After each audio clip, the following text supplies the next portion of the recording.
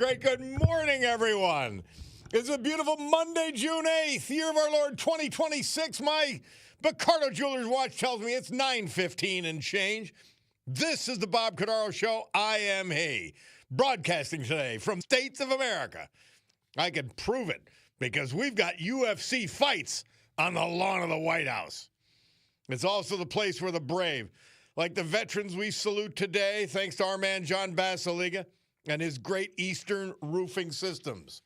We've lost them, but celebrate today. Like Pete Loss, that Hawthorne Street section of the Trips Park in Scranton, PA. Arthur Parks, Dallas. Robert Kuzmic, German. Frank Dolan, Covington Township. And Larry Bartlett, Danville.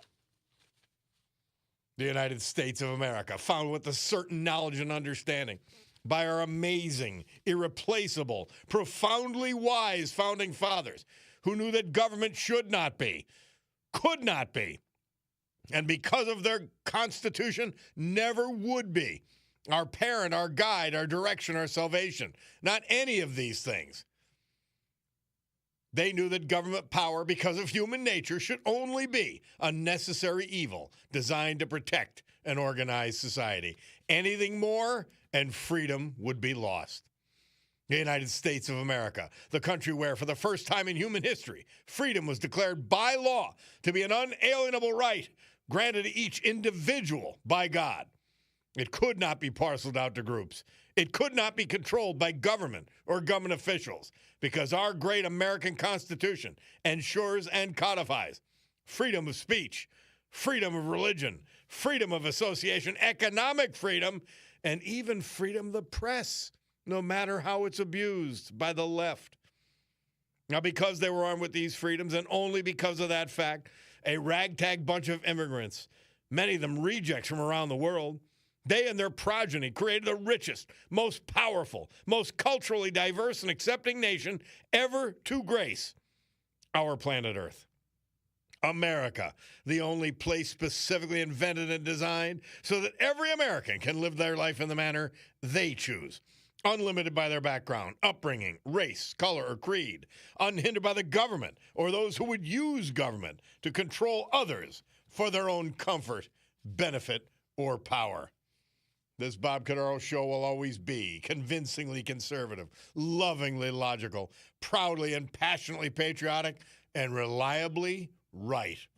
And so, we gavel to order today's meeting of the Club for Common Sense, promising you that our total, immersive, immovable commitment to common sense will provide a sanctuary of sanity to all of you who hearken here for the balance of this singular, extraordinary morning. Well, great to be with you again, guys. We made it through the weekend. My 4 sons and I went down to celebrate my youngest son's birthday. We were at the smoking cigars and all that at the Westmoreland Club Friday, a rare treat. And then Saturday, Cute and I went to Arts of Fire at Sergey's down in the basement. It was they're raising money for what were they raising money for? I don't know, but it was Arts of Fire, and our friends were running it, so we went there and then hung around upstairs and had a little taste of something. They have steak tartare now at Atera. And that was great. And then yesterday, my granddaughter was in, and it was really something. What are the group called? Oh, and I had the folder. It's not community ballet, but something like that, up at Theater at North. And it was fabulous. It kicked off with a young guy that I know by name of Robert Zaloga, who is just, if he's not world class, well, maybe I don't know what is, but he's outstanding. And the ballet theater, they were awesome. They were awesome. And all the way down to like 5-year-olds. And I'm saying, and they had probably 20 different performances, but they were neat and they were beautiful. And then, sadly, after that great event and that exciting, fun event, my friend Sam Tomeno passed away. They're having his funeral services this morning. And I went over there, Cutie and I, with my parents. And then we went out to dinner after that. But, yeah, Sammy Tomeno, great guy, real character. Who was the head of the DPW in Scranton at one time. You know that I love the DPW. But that was the weekend. Busy, busy, busy, but fun. Not crazy, just fun. Hey, live stream. You could check it out. Roach Supply's bringing it to you. Premier bath and kitchen supplier in Northeast Pennsylvania. Celebrating 75 years in business. Nonagenarian and veteran Ron Roach at the helm. 2 other generations working with him side by side. They also own Chapman Supply in Clark Summit, if that's a little more to your locational interests. But you look them up at Roach Supply, R-O-C-H-E, roachsupply.com today. And if you're watching on the live stream, you'll see it. We'll take this break and be back.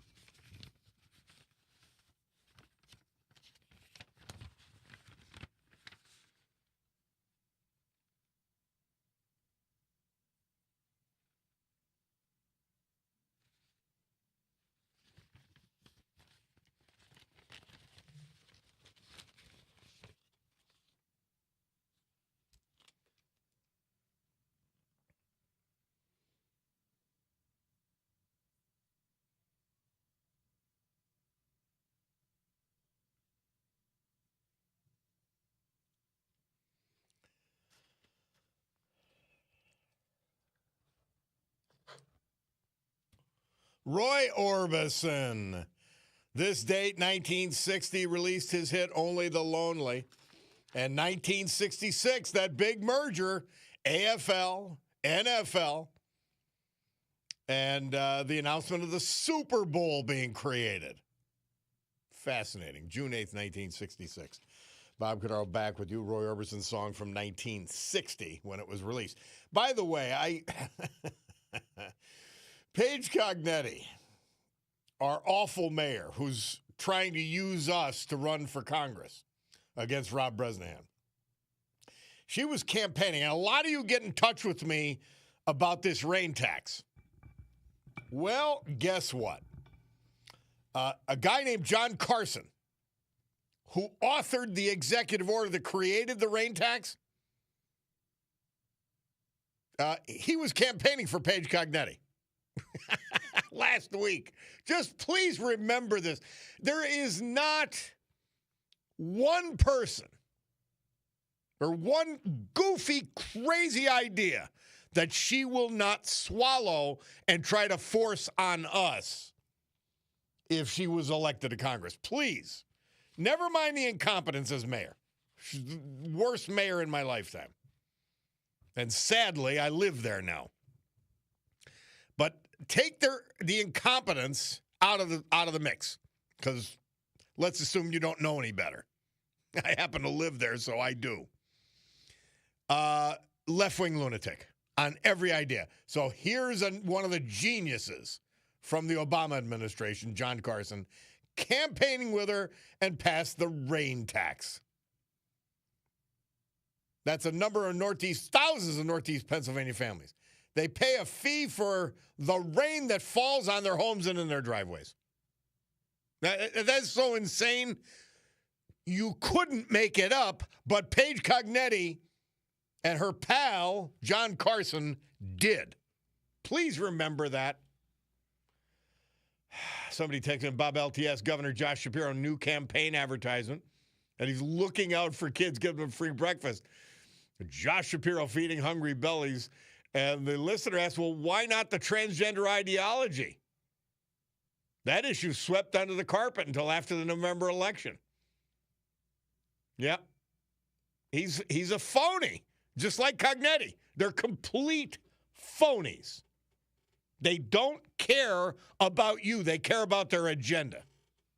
So before I get in a lather on these clowns, let me mention to you, I go into Dunmore Lumber to see my father and my brother Friday, and I pick up a copy of the Dunmorian, which I try to read as often as I can, and they had it there. And they paid tribute to my friend Tom Doc Doherty, the former Dunmore basketball coach, my old buddy, my old golf partner. But the Dunmorian's a great little newspaper. I don't know. I don't see any others around. I remember there was the Triborough Banner, a bunch of smaller newspapers. So if you're aware of one, because our newspapers are so horrible, Scranton Times-Citizen's Voice,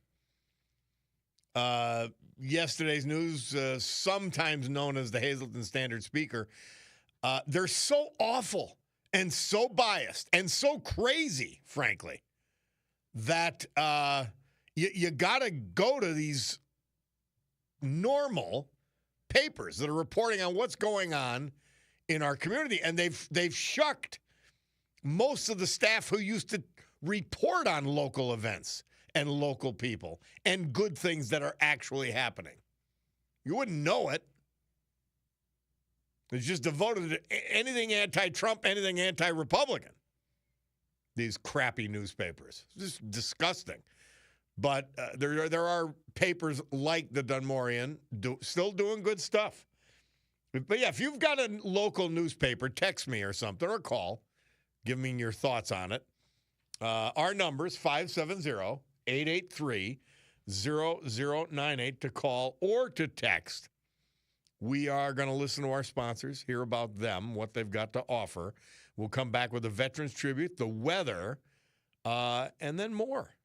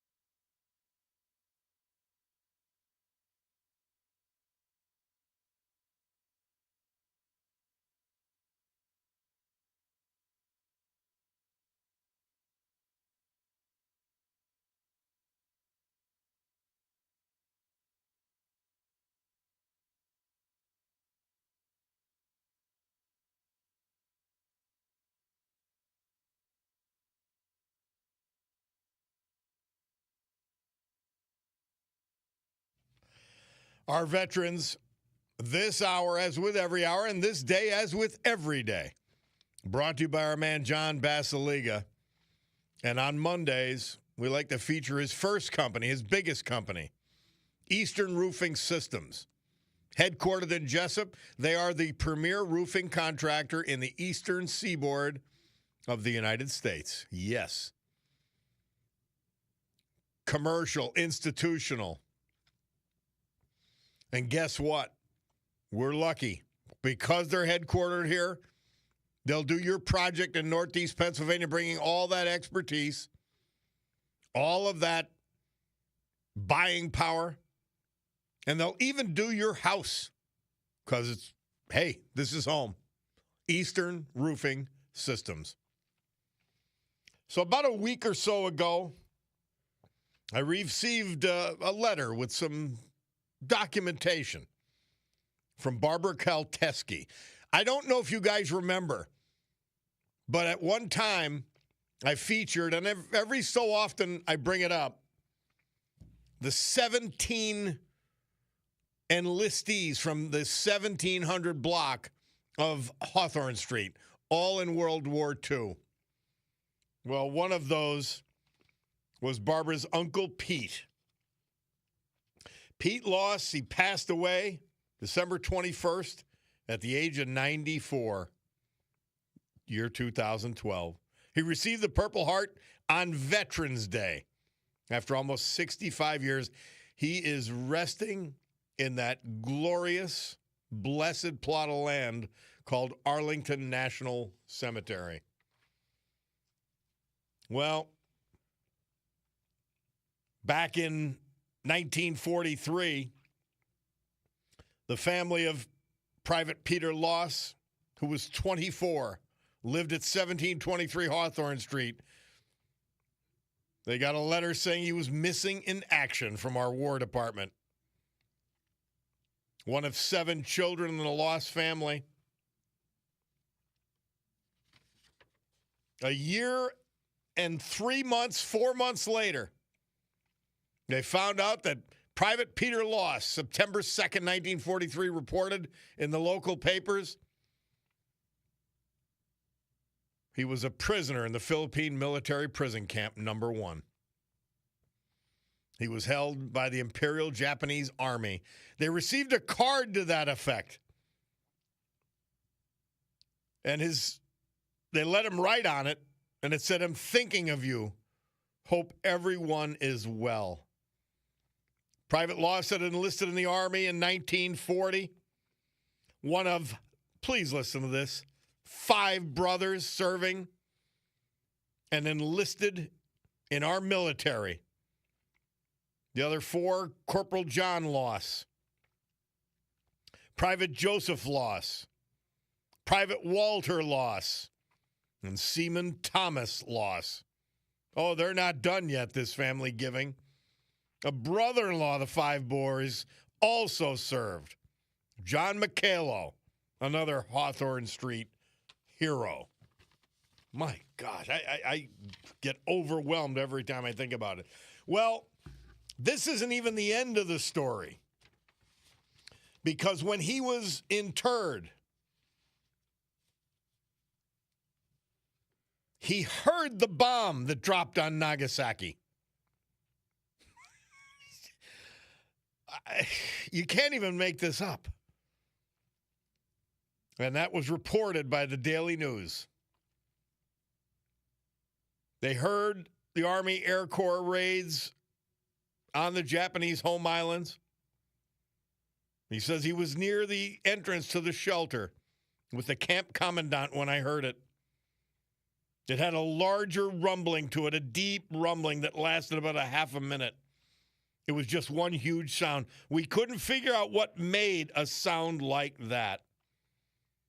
He said a few days after I was coming out of the mines, and I remember feeling pretty good that I was going to get out of there for good. I was going to slip away. He couldn't do that.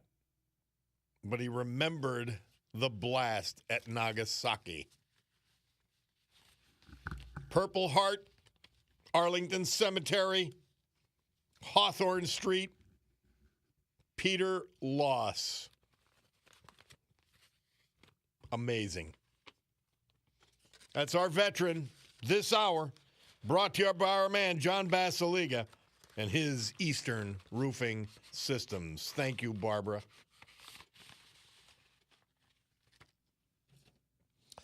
AccuWeather forecast brought to you by the great gang at Montage Mountain. And guess what? The water park's open. That means it may still be technically spring, but it's summer. And you got to get up there. It's a perfect week.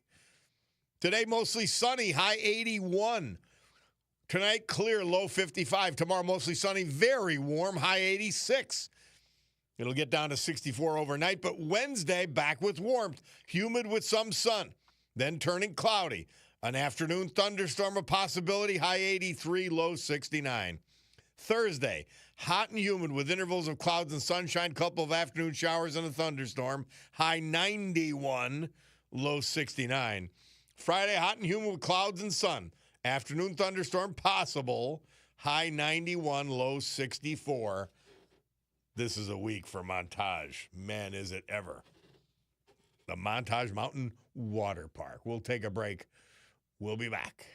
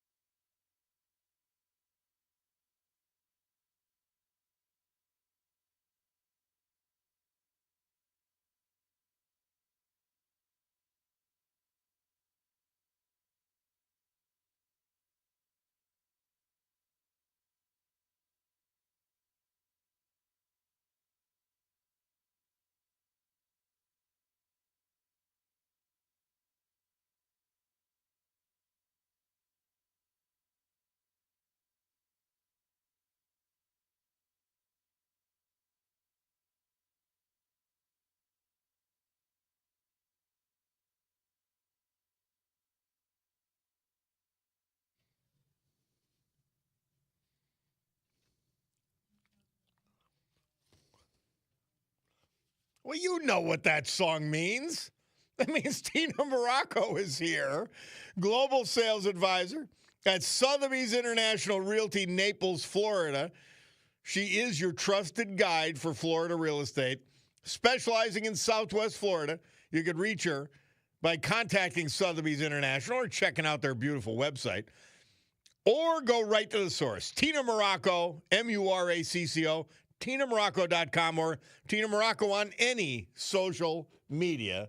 And here she is. Tina, how are you? Bob, I'm fine. How are you? I'm doing great. It's always a little sunnier when you're on the phone. Thank you. So talk to me. What's on your mind today? Well, I thought we'd take a vacation from Southwest Florida today and talk about Key West. What do you think about that? Hey, go do it. So a lot of my friends that live in Florida full time, they love to go to Key West. And Key West, if you drive from Naples, it's almost 5 hours. So it's a pretty hefty trip. But we've got a lot of ways to get there that are easier. And we have the Key West Express going out on Marco Island. That's a boat that goes out on Marco Island. Boat is full service boat with drinks and everything. And that trip takes about 3 hours. Huh. And so there's also one that goes out of Fort Myers Beach. So same thing. It's called the Key West Express. Goes directly to Key West and back. You can buy round trip, or you can buy like one way, stay for a couple of days and come back on it. But it's really a fun way to get down there. It's just like it's a pretty ride, and it's an interesting trip. And then the other thing is, and I've done this, and Dominic, my husband, has done this. They're out of the Naples airport. There's a Key West charter plane, and it takes about 4 people. And it goes from the Naples airport to Key West. It takes about 45 minutes. And I'll tell you what, that ride is absolutely beautiful. And it's not as expensive as you would think. But they go back and forth. They actually go back and forth to Key West, and they also go back and forth to the Bahamas. So, yeah, it's and as you know, lots of stuff to do in Key West and lots of fun.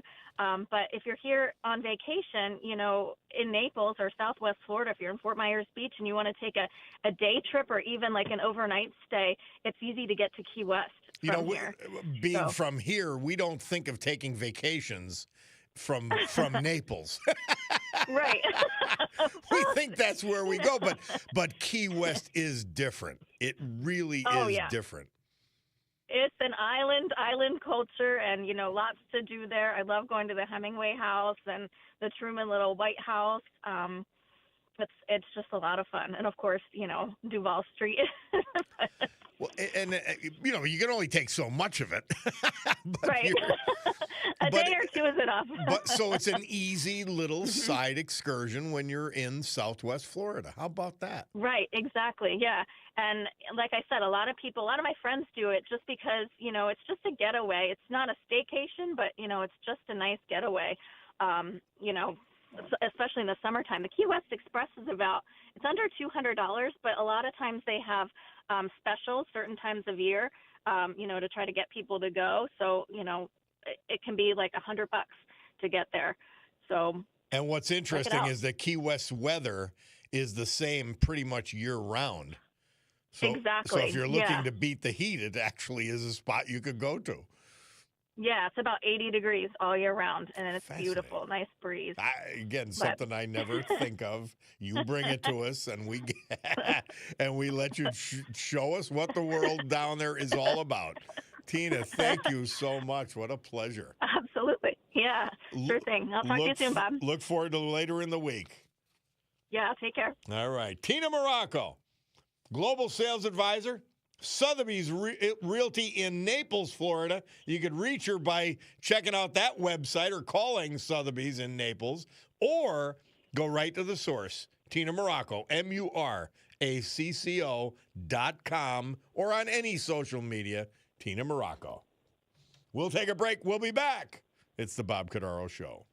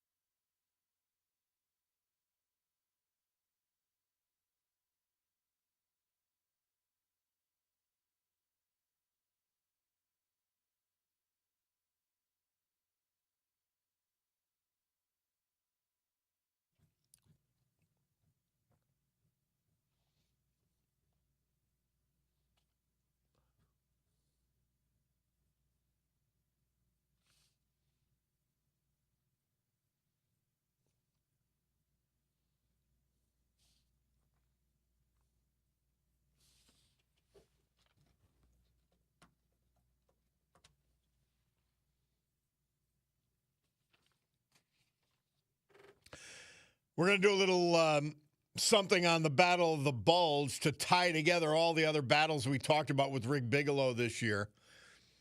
And I just sent the maps that Rick Bigelow forwarded to me, to the Bulldog, because on our Roach Supply live stream, you can see them tomorrow when Rick is with us. Good stuff. And he, by the way, he's got some. I asked him about the movie Pressure. And he said, here's his commentary. And it's a little it's a little rough. He says, I haven't seen the movie yet. I don't know when I'll get a chance to see it. I did watch some of the trailers and reviews. The bit about the man who saved D-Day is extreme hyperbole. The oohing and eyeing about the pressure Stagg felt is BS to any vet. Stagg faced administrative pressure. The guys in the first wave pitching and yawing and bouncing Landicraft faced real-life, life-threatening pressure. How about the assault boat crews who made 5 trips onto the beach on D-Day under withering fire? How about the medics trying to save lives? How about the guys who jumped in the dark to somewhere in Normandy? Rick says that's real pressure. Pointing to one man who saved D-Day is sophistry in the extreme. It was a team effort. Pretty neat. He says, I gave a D-Day presentation in the American Legion in State College on Saturday, which was D-Day anniversary. He said, after the presentation, a man came up to me who asked about the Pressure movie. He was a meteorologist who possibly works for AccuWeather, one of our great weather sources here. He had seen the movie. And from what he could tell, the American meteorologist screwed it up and Stagg got it right. He did think the movie was far too Hollywood and agreed that the real Stagg would never go toe-to-toe with Ike. And there's another part that you'd have to watch the movie, and I will. It seems to imply that the deaths at Slapton Sands were caused mainly by friendly fire, and Rick says, as far as I can tell, that is incorrect. Most of the deaths were caused by a German S-boat sneaking through an admittedly weak screen and torpedoing an LST and a few other ships. The death toll among Army and Navy personnel was about 700. I told Rick, I said, after you see Pressure, please, let's get together and get you on the air. Fascinated with that. But we'll get to hear from Rick about the Battle of the Bulge tomorrow. And by the way, what did I tell you last week? I said they're going to steal the election away from Spencer Platt. Guaranteed. It was guaranteed. Now, these votes are streaming in for this socialist that nobody knew. Because remember, when they're fixing the votes after the election, they're not going to vote for Bass because she already won. They're going to vote for so that Platt does not come in second. That's who the fix is in for. Amazing. Now, in this line, and my man Mark Mayer sent me this, investigative reporter Nick Shirley, yeah, the same guy that showed us the insanity of fraud in Minnesota. Remember the Leering Center? All right. Well, he found out there's someone, a 126-year-old California voter with a record of 51 elections that she's voted in. Meet Doris. She lives in California. According to the California Secretary of State's voter rolls, she's 126 years old and has cast ballots in 51 elections. There's just one problem. Doris is not 126 years old. She was born in 1940. That makes her roughly 86. She's never voted in 51 elections. And when Nick Shirley showed up her door to ask about it, she was stunned. These people are insane and they are cheating. He's talking to her. I won't play the video, but it's fine. The lady's saying, well, you got the wrong house. Do you have any? Nick says, is there anybody above the age of 100 years here? It says right here you're 126-year-olds. Doris says, no, you got that wrong. You got the wrong house. He says, are you Doris? She says, yes. But you got the wrong house. I'm Doris, but you got the wrong place. It's unbelievable. She said, no, that information is all wrong. This is the Secretary of State's information. Somebody voted for Doris, and she's not the only one. Believe me. I told you they were going to cheat this election. Massive cheating in 2020. It was only an experiment. Quite fascinating and scary. I'm telling you. I knew they were going to steal it off Platt if they could. He was going to have to win so overwhelmingly. And you have to. In these places controlled by left-wingers, the guy who came down to run Los Angeles' vote office, Los Angeles County, he was involved in a controversial election in King County, Washington State. That's Seattle area.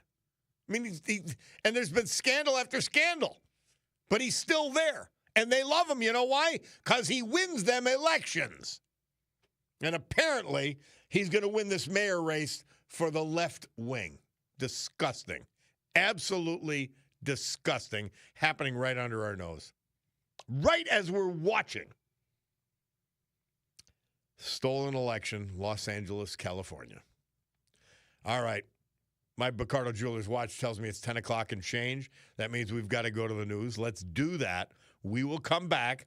It's Monday. That probably means Monday Musings. We'll be back with John Perillo after this.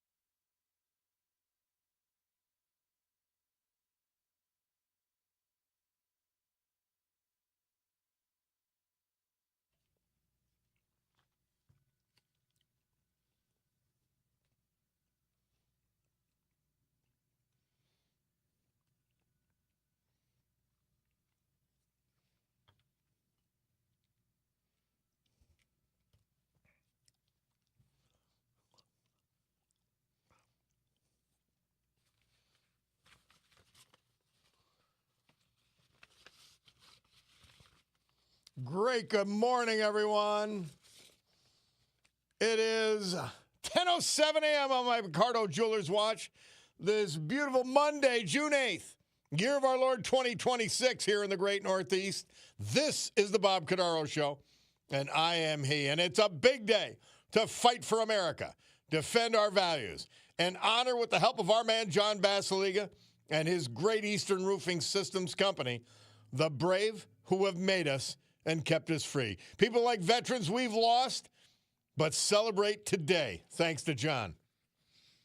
Like Arthur Parks, Dallas, Robert Kuzmick, German, Frank Dolan, Covington Township, Larry LaRue Barlett, Danville, and the man we talked about in the first hour,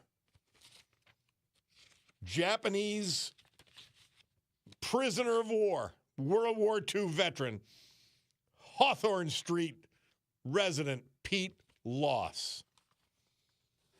So with history, our amazing founding fathers, and the incomparable Constitution of the United States of America as our guides, let us continue today's battle. Gaveling back to order, today's meeting of the Club for Common Sense, promising that our deep and unalterable commitment to common sense will provide a sanctuary sanity to all of you who hearken here today. Yeah, this extremely disappointing that they're going to steal this election in Los Angeles. Now, you guys know what I've said about the 2020 election. There was a concerted and incredibly expensive effort to steal the election from Trump for Biden.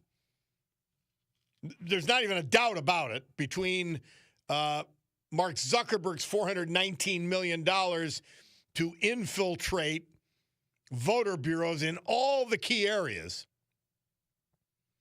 the 2,000 mules, all of it. But you could not prove, and that's always the problem. You can't prove the election was stolen. You can prove they tried systematically and otherwise, but you couldn't prove it was stolen. And we're going to be in that situation in Los Angeles because that's what happens when you have a uniparty, the Democrat Party in charge, the left-wing lunatics. Well, it's Monday. And that means Monday Musings. That means John Perillo. John, how are you, my friend? Not in as much of a lather as you are, but I'm here. Well, I can't help it. It's just outrageous. And thank you for having me on. And I know, last week Bob was talking about the 82nd anniversary of D-Day that we celebrated this past Saturday. And there are better people to talk about that from a historical point of view. So if you haven't listened to Rick Bigelow's piece from Friday, you should. It's on Bob's podcast, and it's very, very good. Great segment. It's on the podcast. Go back and check it out. But here, because it's Monday Musings, I wanted to talk about that event from a slightly different, maybe philosophical perspective, because things like time, tide, information, wait for no man, the number of people who participated in the war or were even around for it keeps getting smaller. Yeah. Of the roughly 16.5 million who served in World War II, maybe 45,000 are still with us. So for a nation that has a bad case of ADHD, we have almost nobody left to remind us of what happened and why it matters to us today. And we discussed last week, AI and what it means to be human, and concluded with the knowledge that the most important thing that we must have, what is the basis of all wisdom and love, is the knowledge that we're not perfect. Knowing that we have faults is the absolute prerequisite for loving one another and for the humility that we must have as individuals and to survive as a nation. And with that in mind, please allow me to quote Dwight Eisenhower, who commanded the invasion that quite literally changed the course of human history. This is the guy who changes the course of human history, and he says, quote, humility must always be the portion of any man who receives acclaim earned in the blood of his followers and the sacrifices of his friends, end quote. Now, look, Eisenhower wasn't perfect either as a human or as a tactician, but he understood that any glory that he received from his performance as General Eisenhower was earned by the blood and sacrifices of the people that he knew and commanded. And he wrote two important documents for the D-Day invasion. The first was the, quote, order of the day, in which he talked about the Great Crusade, which is an interesting phrase, by the way, and how the troops were getting ready to storm the beaches. And when they went with, quote, the hopes and prayers of liberty-loving people everywhere. And he goes on to describe the Germans, saying, your enemy is well-trained, well-equipped, and battle-hardened, and he will fight savagely. And he offers encouragement by reminding his soldiers that they're also well-prepared and well-equipped for battle. And he concludes by beseeching the blessings of the Almighty God upon this great and noble undertaking. There's no false bravado. There's no saying this will be easy or will be done in a month. There's nothing there about himself, just a grim resolve to get on with what he knew was going to be a horrible job and to get done what needed to be done, right? That was Eisenhower's quote. To me, what's even more interesting is he wrote a second note because he had this gift of humility. He thought about the possibility that this might not go as well as he had planned. And I had a friend who recently sent me a article about planning for failure, which is different from planning to fail. But it means that you look coldly at everything that's about to happen and you think through what might happen if your plan fails. I got to tell you, we did this all the time in the military. What happens if I lose communications? What happens if the enemy is bigger or more fortified than we planned? What happens if my reserve unit can't move? You get the idea. All that stuff that you think about but you don't plan. Well, Eisenhower kept that in mind, and he wrote the following, quote, our landings in the Cherbourg-Havre area have failed to gain a satisfactory foothold, and I have withdrawn the troops. My decision to attack at this time and place was based on the best information available. The troops, the air, and the Navy did all that bravery and devotion to duty could do. If any blame or fault attaches to the attempt, it is mine alone, end quote. Now, I want you to think about that note, and I want you to think about the man who writes such a note. Look, things happen in war. Weather changes, stuff breaks. We don't plan to fail. And in fact, you have a saying that the plan itself isn't as important as the planning, because in the exercise of planning, everyone understands what they're supposed to do. And if your subordinates are competent, they adapt and improvise, and things inevitably go wrong. But if that invasion had failed, I guarantee you that it wouldn't have just been Eisenhower's fault. But because of who he was, because he understood leadership and accountability, he wanted nobody else to take the blame for failure but himself. Now, the landing succeeded at the cost of a great number of very brave, very determined, and mostly very young troops who were likely terrified but did what they believed was their duty. And what they saw when those ramps of those landing craft drops were the very gates of hell, and they went forward anyway, something to think about in a quiet moment. And the only reason that we know that second note was written by Eisenhower was that some aide of his pulled it out of the trash and stuck it in a file. So please compare that with what you hear from our current political class, who want power, who are all full of bravado, who say that they accept responsibility without ever suffering any consequences, and to whom no failure is ever their fault. Whatever you think of Eisenhower as a general, that second note is all you need to know to understand him as a man. And it was that humility that was critical to holding the alliance together. And I think that matters because, as James McGee pointed out in an article, this anniversary of D-Day happens to fall about a month before our 250th celebration of the Declaration of Independence. And you've heard me quote, James Adams a bunch of times, who said, quote, our Constitution is made only for a moral and religious people. It is wholly inadequate to the government of any other.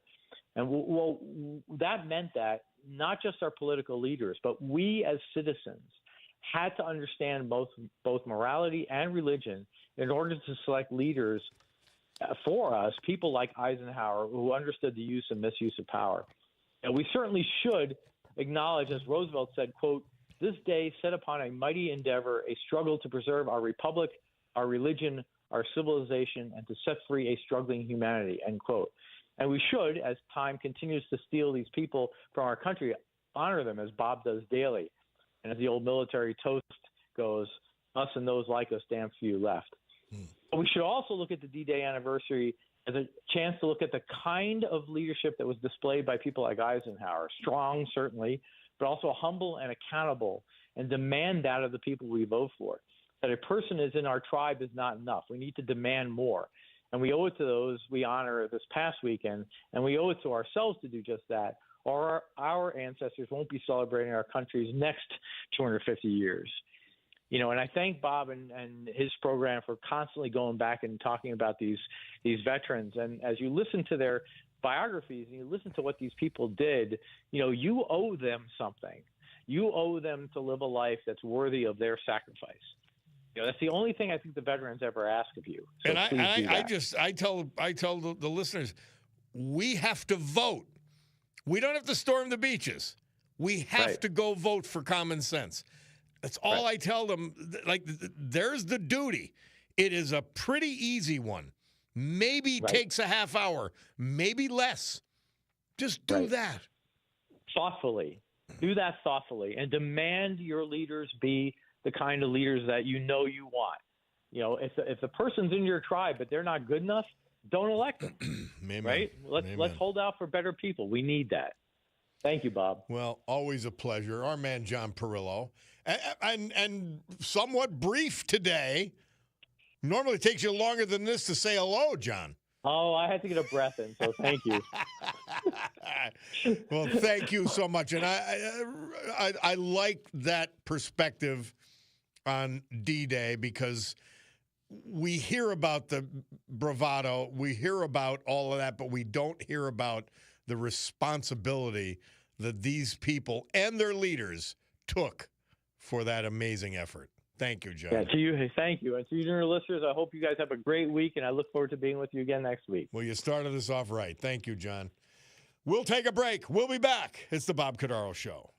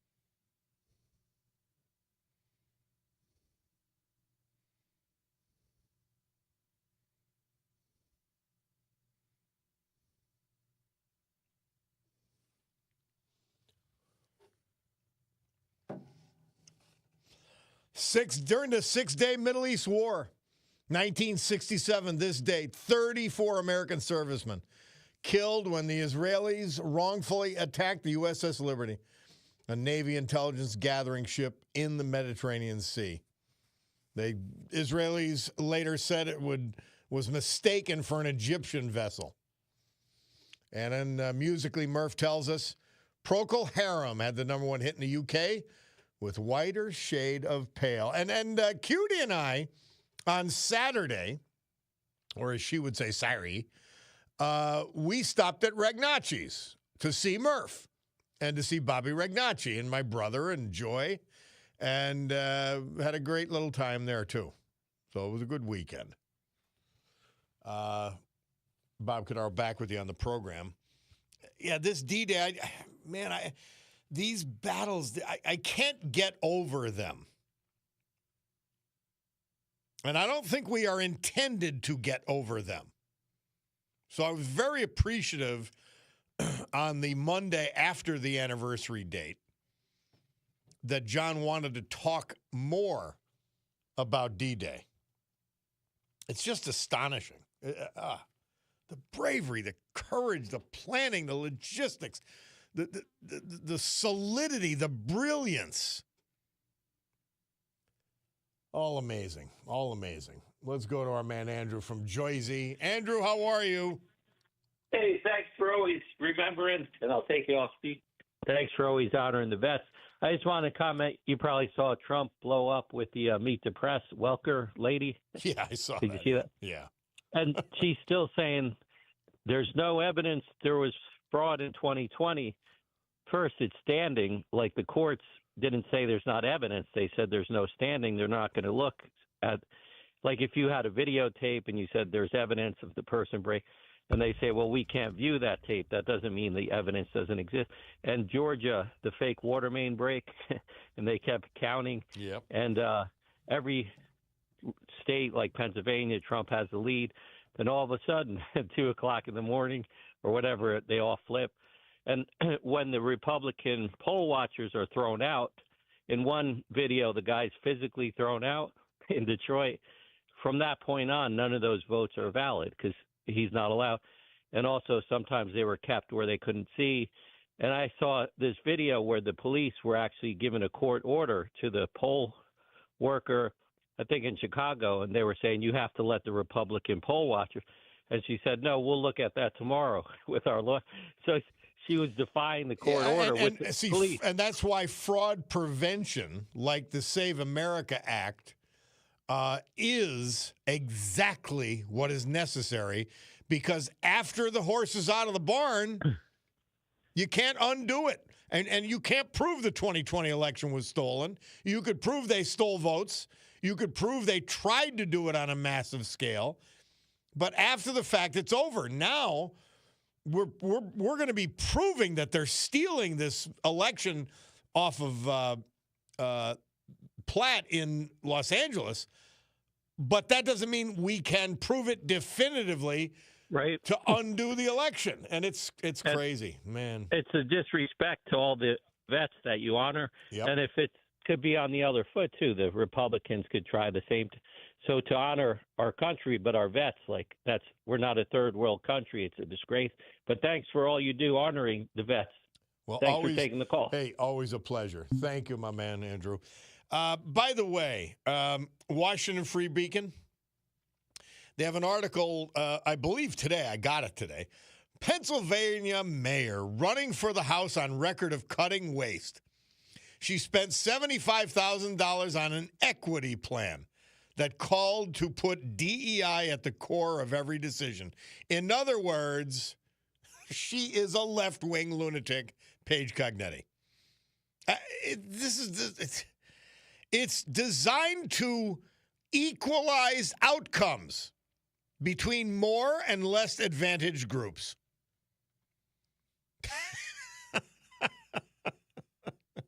Cutting waste. This is insanity. $75,000 for her DEI insanity.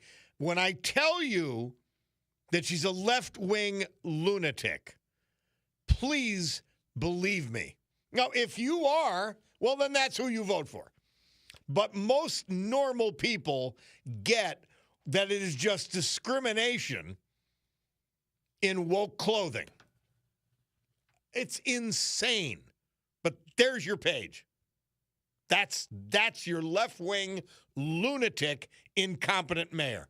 And the DEI that she's instituted in Scranton is why we can't get anything done right. We can't get anything done on time. And that they fight to get stuff at least fake done before elections. That's what it turns out to be. Quite amazing. All right. We'll take a break because we want to hear from our sponsors. We want to do the Veterans Tribute. We want to do the weather and more on the Bob Cordaro Show.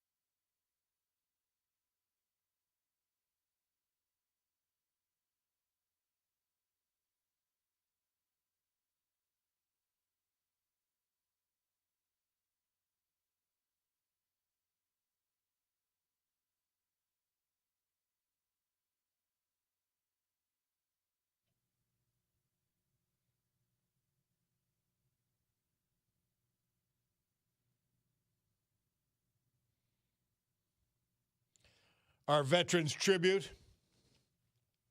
This hour, as with every hour, and this day, as with every day, brought to you by our man, John Basiliga. We got to talk to John on Saturday night at Atera and at Sergey's. They were hopping. They were great. Absolutely great. But on Mondays, we feature his first company and his largest company, Eastern Roofing Systems. The premier roofing contractor in the eastern United States, headquartered in Jessup, and they bring all of that expertise and all that buying power to you in Northeast Pennsylvania. From your biggest project to your own home, Eastern Roofing Systems. Arthur Parks. He was from Dallas. He was 77 when we lost him May 30th. Born in Beaumont. He was a graduate of Tunkhannock High School. Arthur was a member of the Dado Isaacs American Legion post in Dallas, where he served 2 terms as commander. He had served his country proudly in the Army for 8 years, and then the reserves for 16 years during the Vietnam conflict. He was also founding member of the American Legion Riders and head of building and grounds for Luzerne County Fairgrounds. Some of his favorite activities, riding his motorcycle and Lionel trains. Tragically, Arthur was preceded in death by his son, David. Surviving his wife, the former Melanie Zavani, his daughter, his grandchildren, and other family members. Arthur Parks. Robert Kuzmic. We lost him May 29th. He was from German. Born in Carbondale, preceded in death by his wife, Corinne. He was a 1960 graduate of Lakeland High School and soon after joined the United States Navy, where he served his country and traveled the world. Bob married Corinne Lucas in 1964 and is survived by their 3 children, 3 grandchildren, and 4 great-grandchildren. Bob was an avid golfer, member of the Amanon Golf Club. He enjoyed playing the game with the over 80s group. Traveled extensively with Corinne. Robert Kuzmic. Our great veterans this hour, brought to you by John Basiliga and his great Eastern Roofing Systems. AccuWeather forecast brought to you by the Great Gang, which has swung into summer already. The water park's open at Montage, guys. Bring your grandkids, bring your kids, bring yourself. I love it. Today, mostly sunny, high 81. Tonight, clear, low 55. Tomorrow, mostly sunny, very warm, 86 degrees, low 64. Wednesday, humid with some sun, then turning cloudy. An afternoon thunderstorm possible, 83 degrees, low 69 on Wednesday. Thursday, hot and humid with intervals of clouds and sunshine, a couple of afternoon showers and maybe a thunderstorm, 91 degrees, low 69. Friday, hot and humid with clouds and sun, an afternoon thunderstorm. Thunderstorms could bring hail and damaging winds, 91 degrees, low 64. Sounds like a good week for our great friends at Montage and the water park at Montage.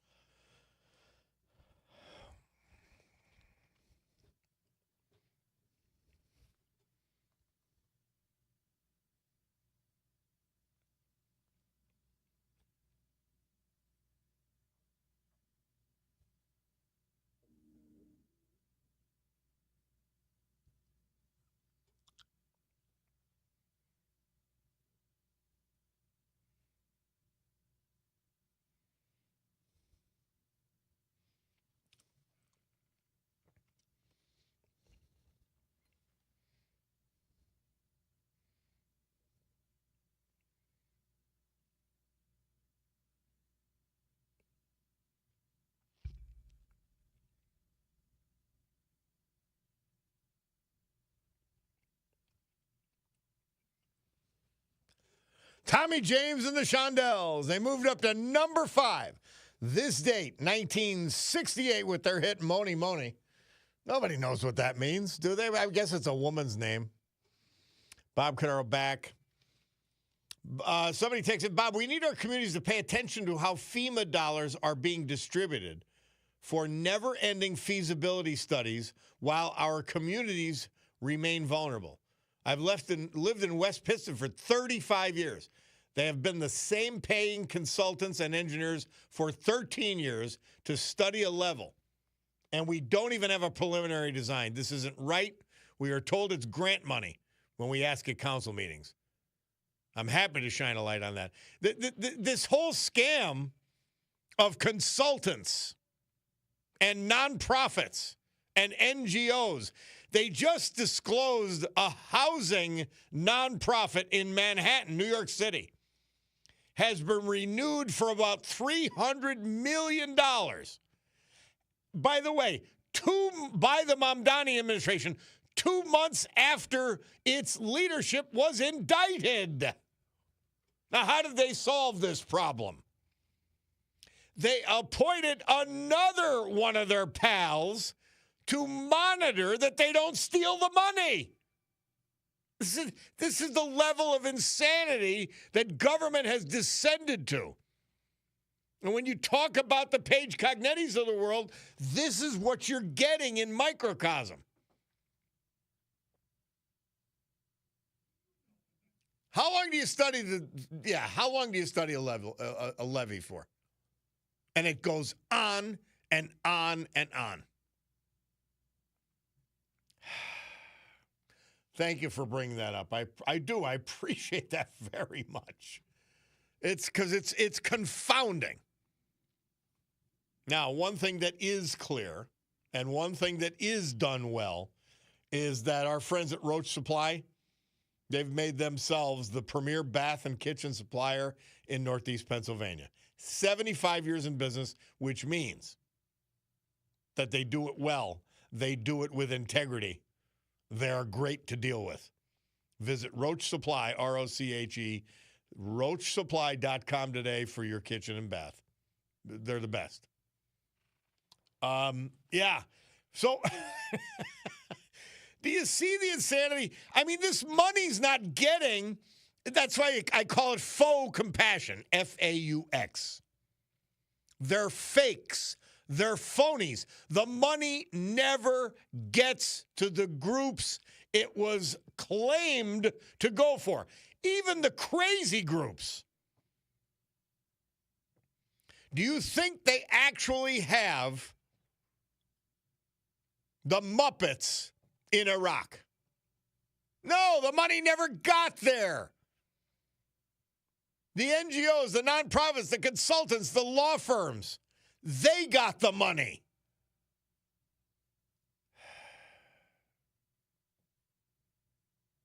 I don't know. Somebody texted, good morning, Bob. How long are we going to put up with this idea that every time there's a Democrat who's losing an election to take some weeks to count the votes? And every time they're recounted, it favors the Democrat. Yeah, I know. It's insanity. Why would all the votes for the woman they need to beat Spencer Platt, why would all the votes come in late for this communist? Notice, they didn't even vote overwhelmingly for the mayor to win. They voted for the number 2 candidate to box him out. Total. So, guys, remember this. You've got an incredibly corrupt establishment at all levels. I go back. Sadly, you go back to Paige Cognetti.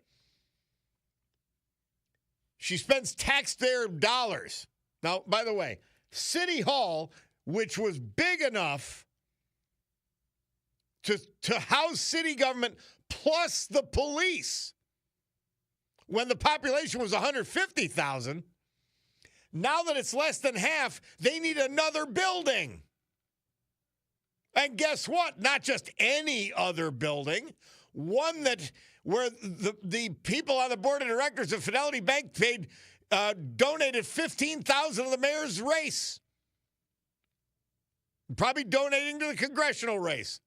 $2 million of our money gone. No space utilization study done for City Hall. None. She broke up the old boys network and created a new girls and boys network. Is that any better? These people are insane. And they will do these things. And she's trying to call Rob Bresnahan corrupt. It's insanity. It's outrageous. Yeah, Nithya Raman has now overtaken Spencer Pratt. Unbelievable. They found the votes.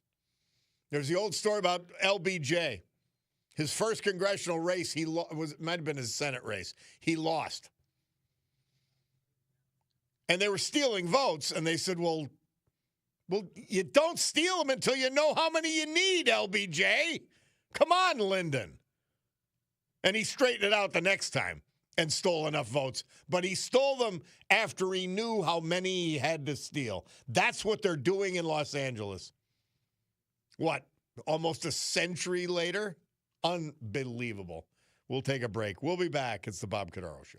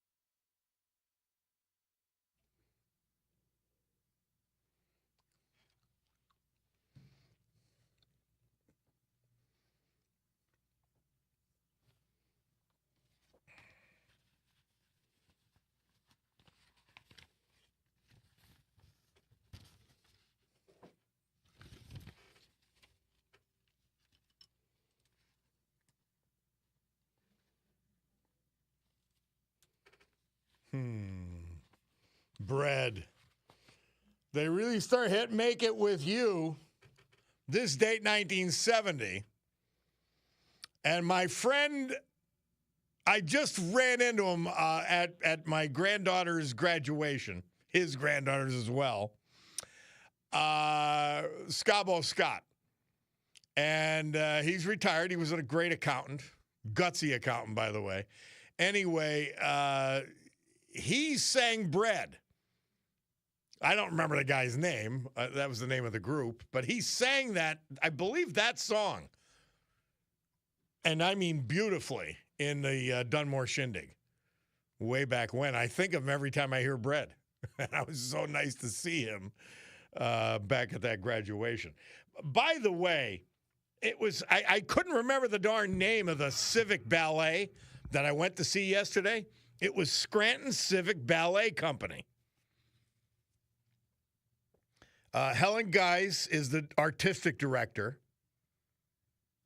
And I told you about Robert Zaloga, amazing, amazing dancer. He's the assistant artistic director and really the primo ballerina, the best. I don't know if they call it ballerino, but he's in another planet in terms of talent. And we're so lucky to have him and have Helen here too. And I think about watching all these kids of all these ages, and I'm saying, how did they do this? Oh, and by the way, the Theater North, which is beautiful. Jerry Lange, you got to thank Goodwill for restoring that building. But you had this gorgeous theater. It was packed, absolutely packed. It made for parking problems, but that's okay. It was worth it. That was yesterday afternoon. Good stuff. All right, Bulldog, we know what we've got to do.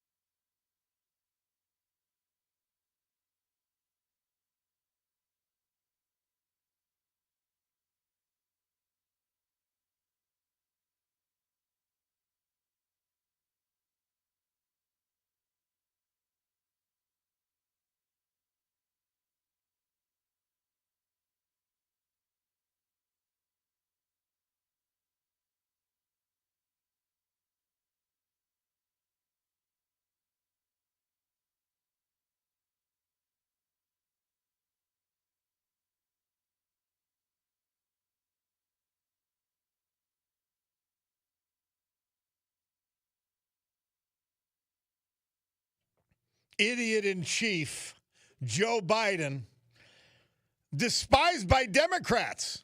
But there are some insane people who run the Greenridge Neighborhood Association, and I think they are insane. They have to be. They've got to be suffering from mental illness. They've still got a Biden banner up, Stolen Valor. A hometown hero banner designed for veterans. Joe Biden dodged service. He does not deserve one under any circumstances. But the Greenridge Neighborhood Association, despite knowing that, will not take the banner down. And we say on day 176, take the banner down. You can embarrass yourself all you want praising this fool, this corrupt, disgusting human being. But don't degrade our veterans. Biden banner disgrace. Stolen valor. Day 176. Well, I hate to take that into the news, sickening Joe Biden, so I won't. I will finish with Mother Teresa for today, June 8th. You think about something that disgusting, that's what you have to, you got to go to something great, which is Mother Teresa. At times, she says, I feel rather sad because we do so little. Most people praise us for our actions, but what we do is not more than a drop of water in the ocean. It hardly affects the immensity of human suffering. Humbleness amidst greatness. St. Teresa, Mother Teresa, for June 8th. Thank you, Mary Regina. We'll take a break for the news. We'll be back.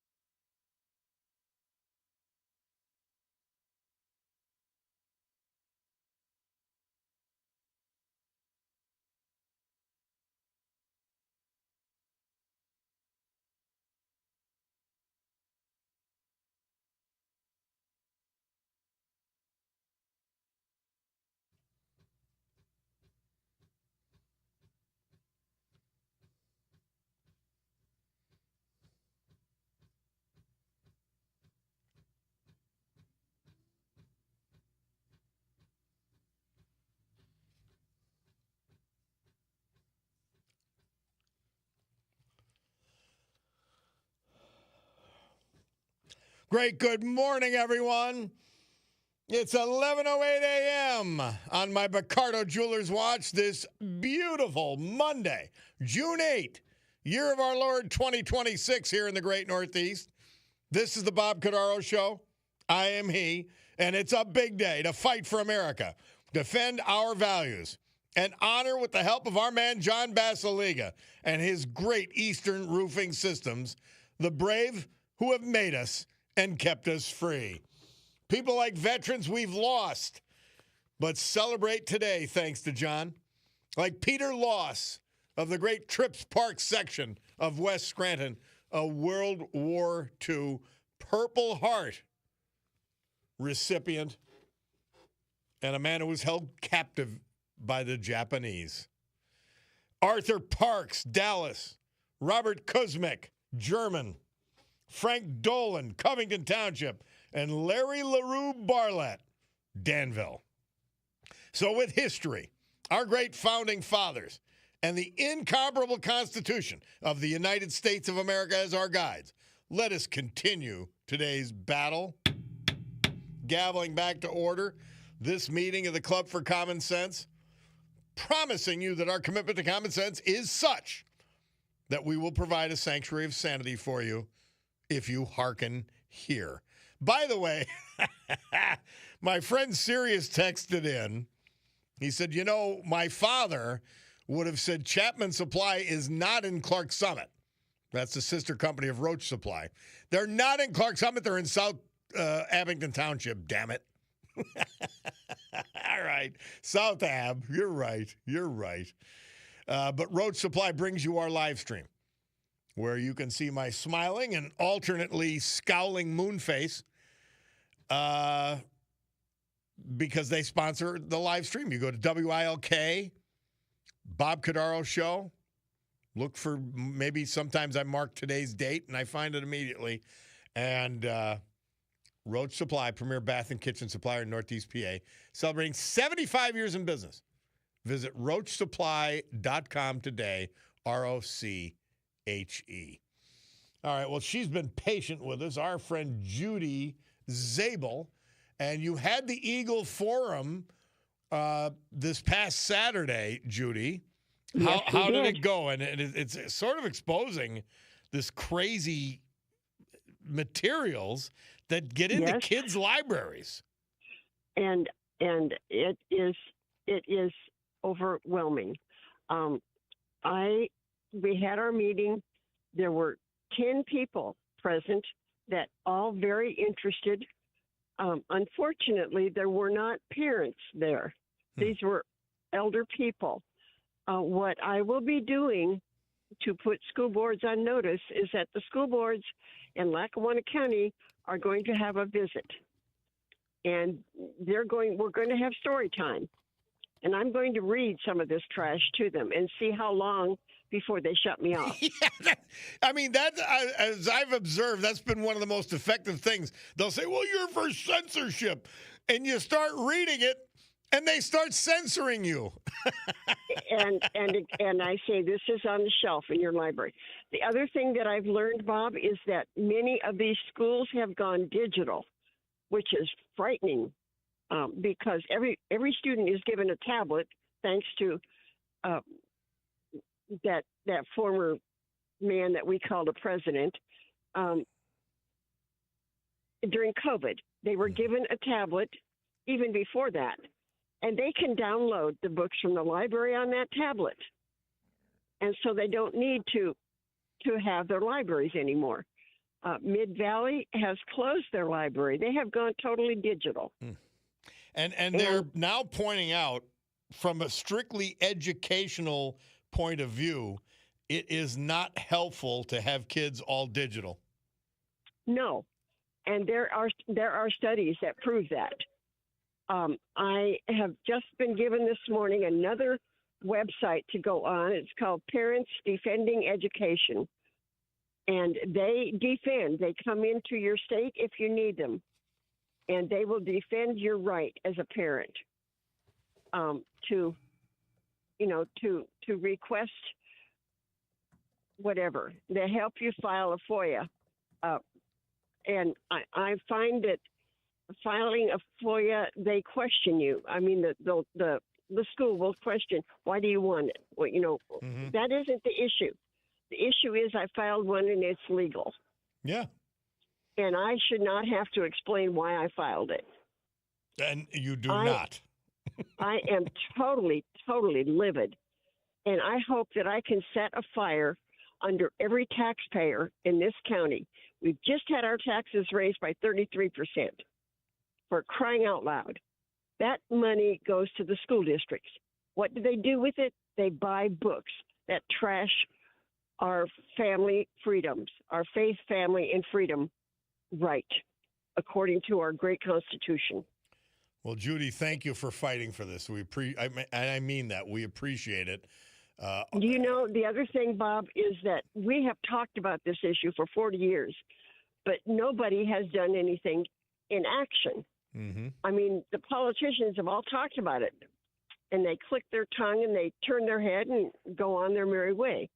I am here to tell you that there's not a politician that is going to not know about this issue.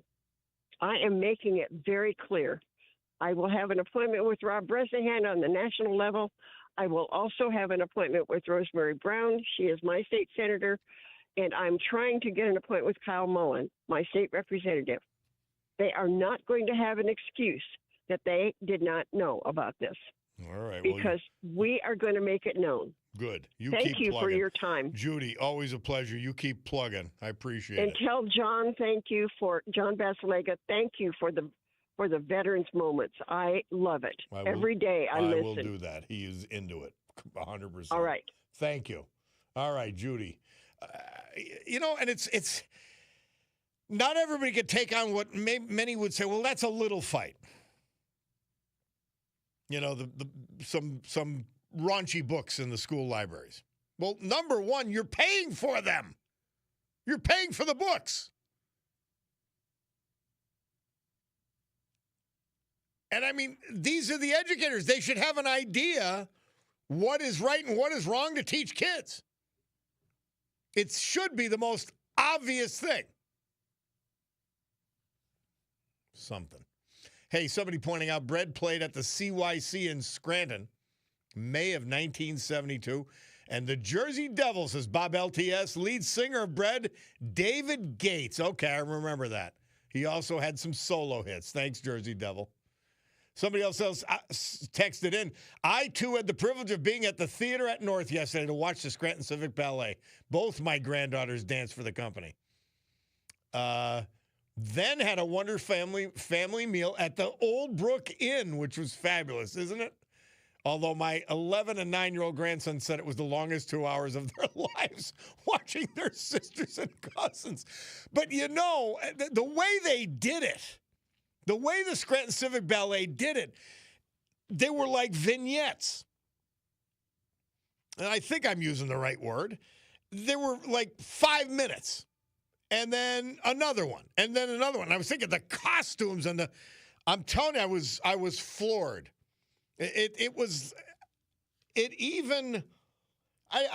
You can't surpass their performance of the Nutcracker, but it was right at that level. It was that great. And I'm going, where are they getting the costumes?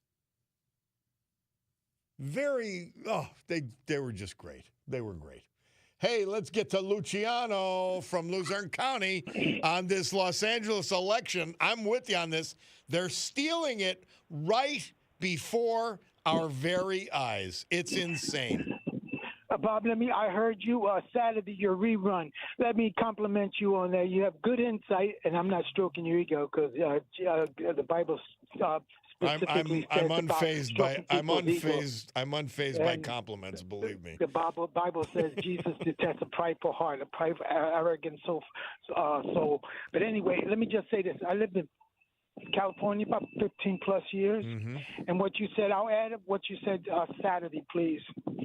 I lived in California, in Santa Monica, West Covina, East LA, and on my famous Skid Row, which I don't apologize for. The only ones that don't know I lived on Skid Row, by the way, is my mother and father, but my brothers and sisters know that. We got to compliment you on that. You rose above that. know the good Lord. Oh, I'm a conservative Christian, but I'm a Bible believing Catholic. I put all praise and honor goes to the good Lord. He was merciful to me. He put me out of the gut. I'm a cockroach, and he put me out of the skid row. I don't want to get into that. That could last hours and hours. Don't. That's very. I don't want to lose my time on you and your precious radio station. Let me just say this. What you said, Saturday, was absolutely right. I coincide this with Solomon and Gomorrah. New York and California are Solomon and Gomorrah. They are morally bankrupt. Those two states are morally bankrupt. And what they say in Revelation applies specifically and ideally to, I repeat, to New York, the state of New York, and the state of California. And you're right about New Jersey. That's Democrats are morally bankrupt. What's happening in California is going to be taken over by Democrat Democrats. leadership, and frankly, sadly, most of their candidates they're just disgraceful people.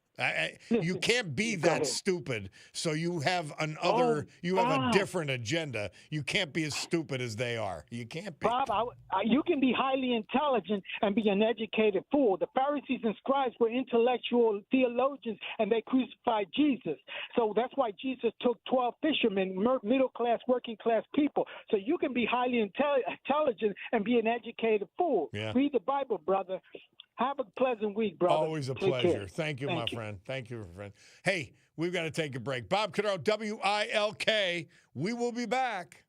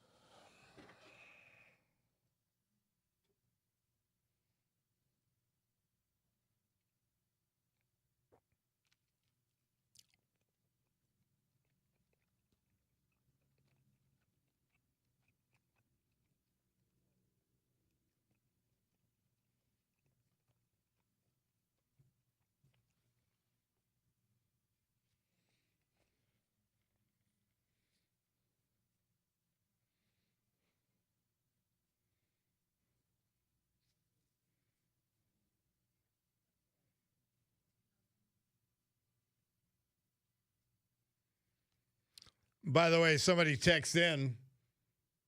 No, keep playing it, Bulldog. Argentina, 27 million people. They counted the votes in 6 hours. Los Angeles, 1.5 million takes a month. And they're stealing it right under everybody's nose.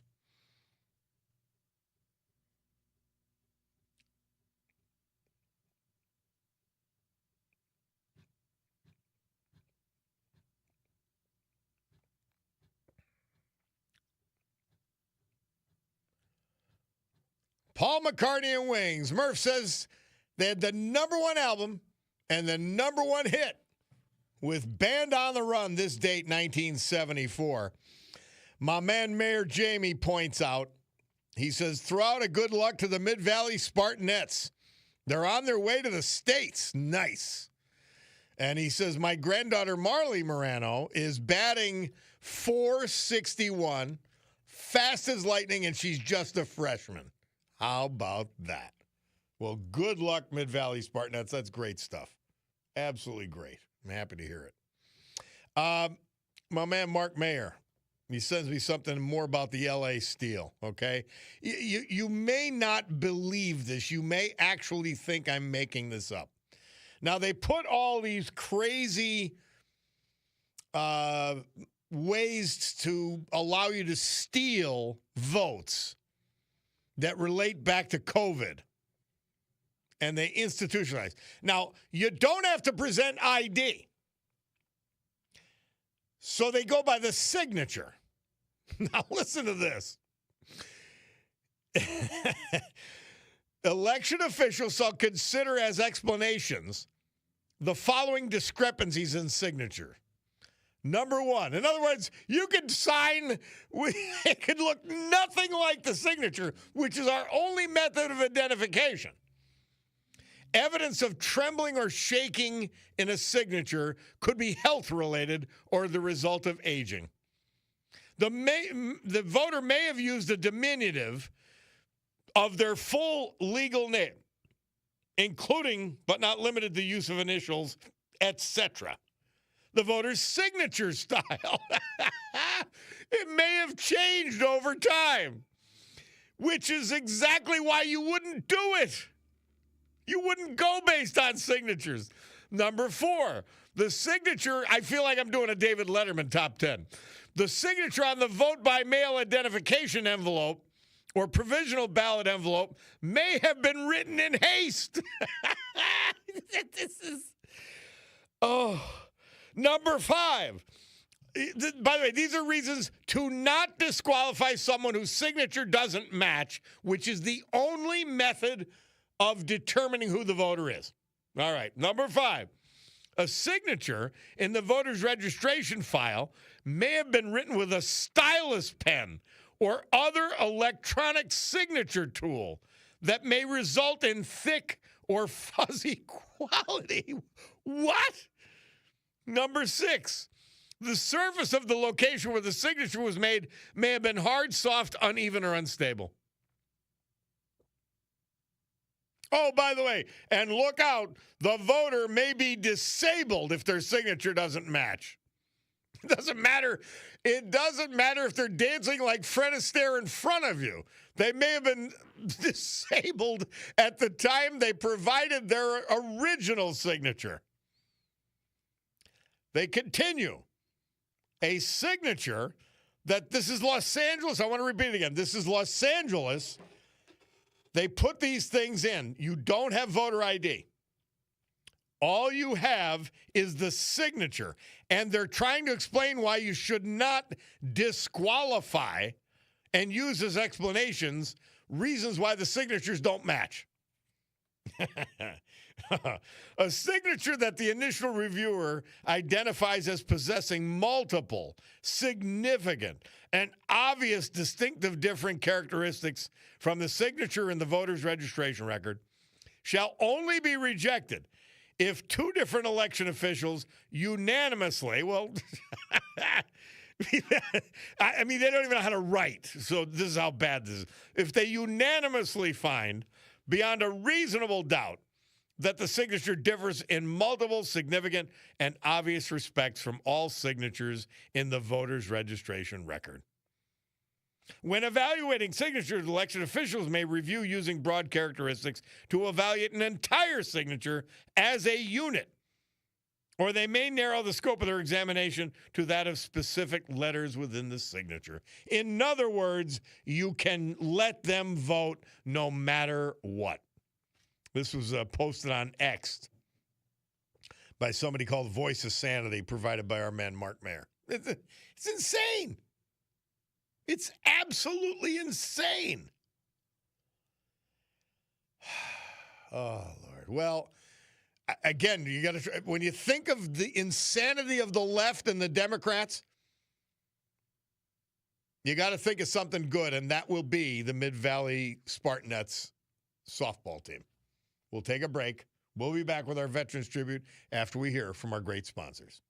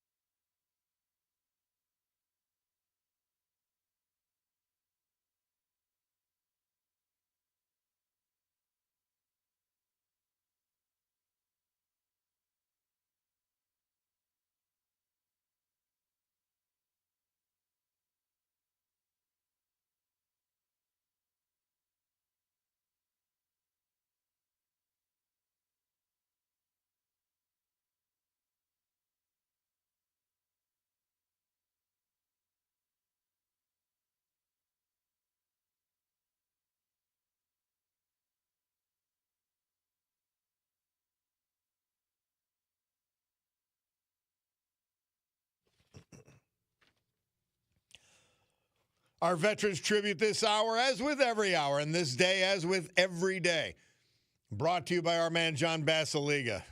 On Mondays, we feature his first company and his biggest company.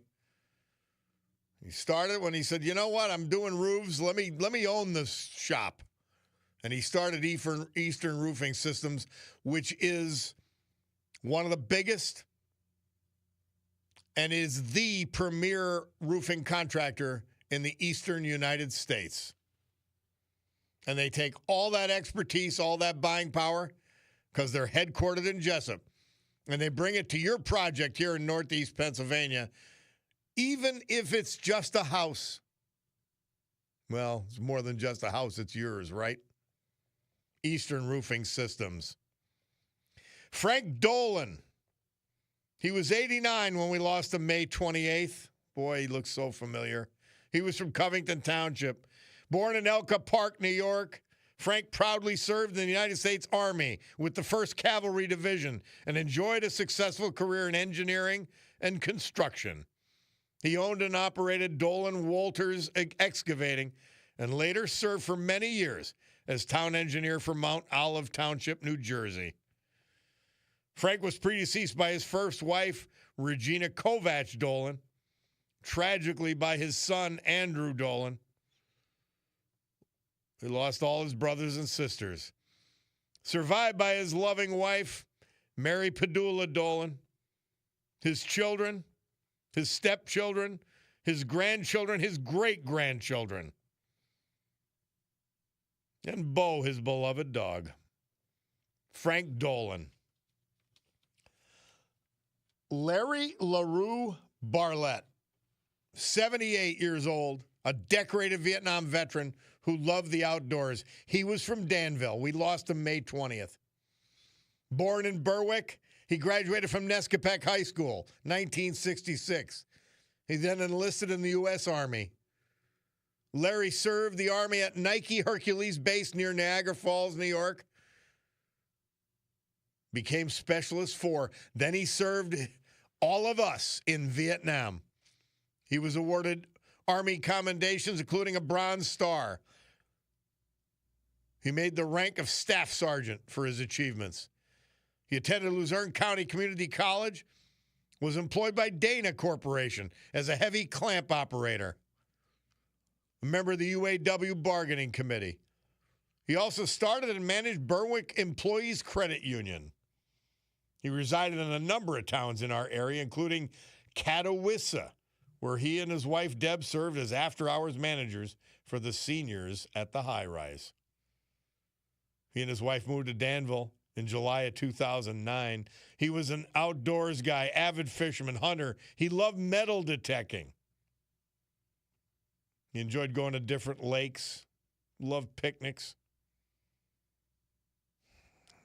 He'll be sadly missed but very much loved by his wife of 17 years, a total of 28 years together, the former Deborah Neidig. He's also survived by 2 sons, his grandchildren, nieces, nephews, and others. Larry LaRue Barlett. Our great veterans this hour brought to you by John Basiliga and his great Eastern Roofing Systems. AccuWeather forecast brought to you by the great gang at Montage Mountain. And the water park's open, and it's a great week for it. They're all there. They're waiting for you. Love that place. Today, mostly sunny, high 81. Tonight, clear. It'll get down to 55. Tomorrow, mostly sunny, very warm, high 86, low 64. Wednesday, humid with some sun, then turning cloudy. An afternoon thunderstorm possible, 83 degrees Wednesday, low of 69 overnight. Thursday, hot and humid with intervals of clouds and sunshine. Couple of afternoon showers and a thunderstorm. 91 degrees on Thursday, low of 69. Friday, 91 as well, hot and humid, clouds and sun. A possible afternoon thunderstorm. There could be hail and damaging winds, so be cautious on Friday. But you know what? If you're at Montage enjoying the water park, you only got to walk a couple of steps to get inside and have a Wagyu burger. And that's your weather, brought to you by the great gang at Montage.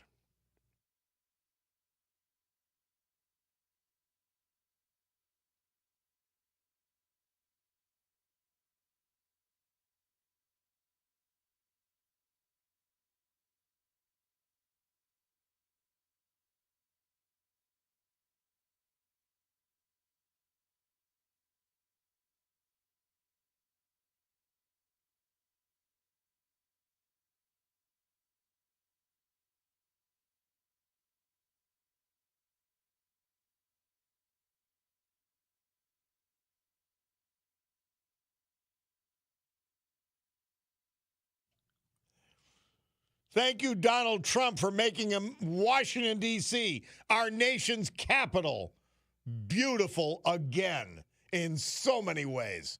They'll criticize anything, these fools. They really will. And how about that woman? Because it was Trump, she was upset she had to say it was beautiful. And I say, get the hell over it, will you please? Tears for Fears, Murph says, this date, 1985. Number 1 hit with Everybody Wants to Rule the World. Murph says the Democrat theme song. Dear Lord. Hey, let's go to Max from Dixon City. Max, how are you? I don't even know. I mean, I don't know. I know what you I don't mean. even know. I know what you mean. Is this really America? Is this really the world anymore? Because if I woke up, say, went to sleep 15 years ago, woke up today, I would think I was in hell. And to let people like me let this third world take over our nations is despicable. Isn't it and insane? It's insane. And the Labor Party, that's what they are in Europe, in Australia. Keir Starmer, the Prime Minister of Great Britain, the biggest treasonous Fool. coward in history. The Labor Party that was put in, I don't know if it was elected or was just corrupted in. It's here in California. It's here in New York. The Labor Party, it's no longer the Democrat Party. It's the Labor Party. It's a communist party. I would not compliment it by calling it a Labor Party. They are Marxists. They are communists. That's what the Democrat Party has become. That's all they care about is their sick, twisted ideology. They say Labor Party because that's what the communists call themselves in the very beginning before, they until they crush labor. Everybody. Until they crush labor, the hammer and the sickle. They make it look like it's great or whatever. But the corruption, okay, we know what's going on, but is there anything being done about it? We have the power to stop this. I mean, California, Trump could say, hey, we're just not going to give you any federal funds until we go in and we check everything and you abide by the Constitution. Because right now that Karen Bass, she supported Castro in Cuba. She was down there helping with them. This lady who came in second place, she's Indian. She's an Indian person. She's not even American. I believe she is. I don't think she's American. Yeah, I don't she's think Indian. No, but I don't think she came from. I don't think she came from India. I think she was born in America. She's a communist. That says enough for me. That says enough. But these countries that are communists. Look at India. They have a river of trash. There's literally like no open space to do anything, and yet we never see Greta Thunberg there, do we? I mean, they're causing all the disasters like OSHA violations. They never get written up. But hey, come to America, someone throws a cup in a compost trash bag at Starbucks. Oh my God, that's not right. It's a plastic cup at a compost. You're going to be arrested. That's really what the dichotomy is. It's all phony. It's all fake. It's all performative. And the proof of this is this clown in Maine. I mean, they called the Republicans communists. They called Nazis. They called Trump Nazi. And now they have an actual Nazi, reformed or otherwise. Well, he didn't reform. He became a communist. So there's no reforming there. He's sick. He's really provably mentally ill with all of his actions over the years. And here he's going to be their nominee, and with no apology to anyone. So here's our thing now. We could, talk about it, make fun of them and say how stupid people are. But how can we change this? The brainwashing. I mean, can we show what happened, say, over this weekend? You have Philadelphia, South Philly. I know the neighborhood well. Kid comes home from Penn State. Yep. Two thugs, they asked to use his phone. They're like 14. Gives him the phone. They ran off with it. He's like, hey, give me my phone back. They turn around and shot him, killed him. Yeah. Okay. A McDonald's worker said, hey, clean the fryer out. Okay. This DEI worker picks it up, throws it in his face, burns him almost half to death. Okay. In New York City last night, there was a stabbing in Penn Station, 5 people stabbed for no reason. So maybe these people that are voting for Democrat, aka the Labor Party, maybe they should wake up and see that they are being affected. Their children are being affected. Okay. When? Killed. How? I don't know. I we mean, have to reach them. The illegal immigration during the disgusting, sickening Biden administration should have been enough for everybody to get it. Yeah. The DEI during the sickening Biden administration should have been enough. The destruction of our culture during the Biden administration should have been enough. And apparently it isn't. I don't know that answer, except we have to keep fighting and we have to keep voting. Max, thanks, man. We got to take a break. Bob Cordaro, WILK, will return.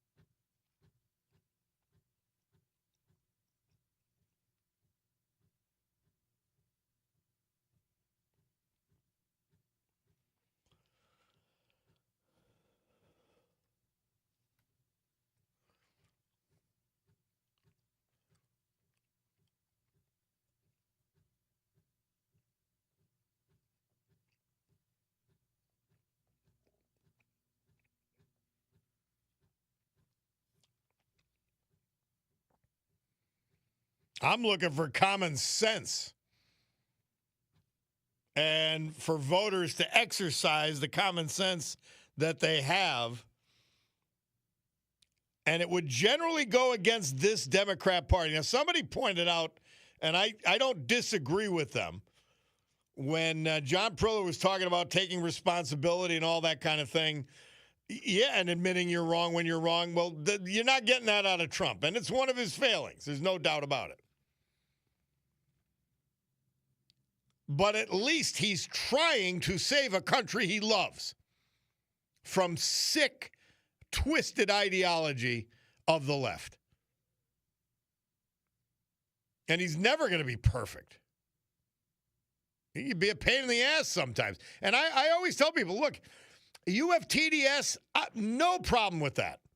But please do not throw Donald Trump's policies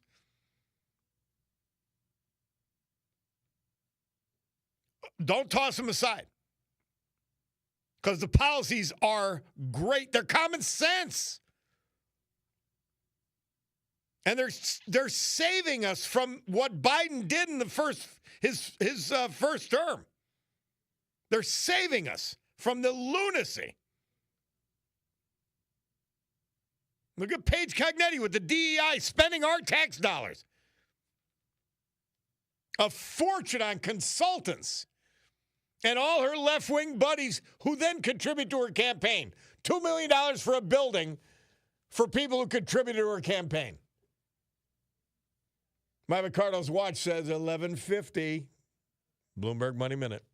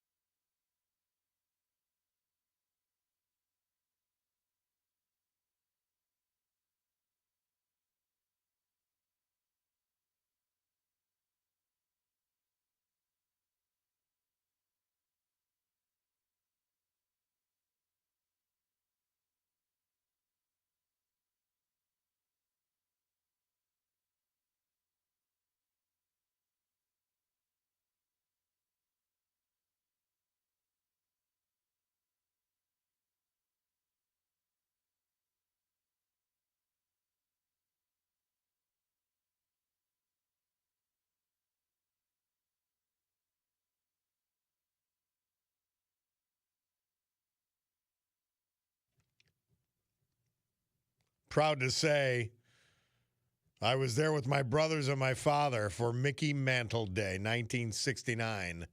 This date, we cheered. I think we cheered for hours.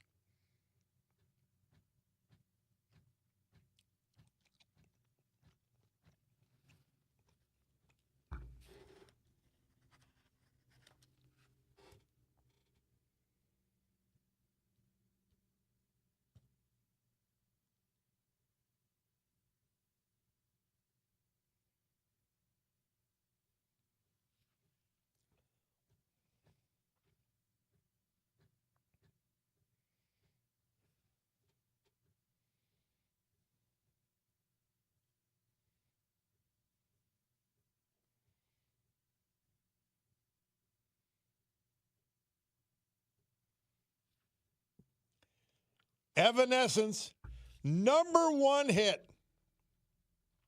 June 8th, 2003, Bring Me to Life. Bob Cordaro back with you on the eponymous program. We're going to finish with one of my favorites, Gordon Lightfoot. #1 adult charts hit with Sundown. We're going to play that to wrap things up today. Somebody said, hi, Bob LTS. Mayor Page was just doing such a lousy job. I made it through Scranton yesterday for the first time in a long time since I moved to Mountaintop. It was unbelievable, the debris, the dirt, the filth, potholes. I've never seen the city look so bad. No, because everybody can do it. You could be pigs. You could be slobs. Who cares? As long as I get elected. And you might be oppressed. That's why you throw garbage on the street. Of course. Oppression. Disgusting.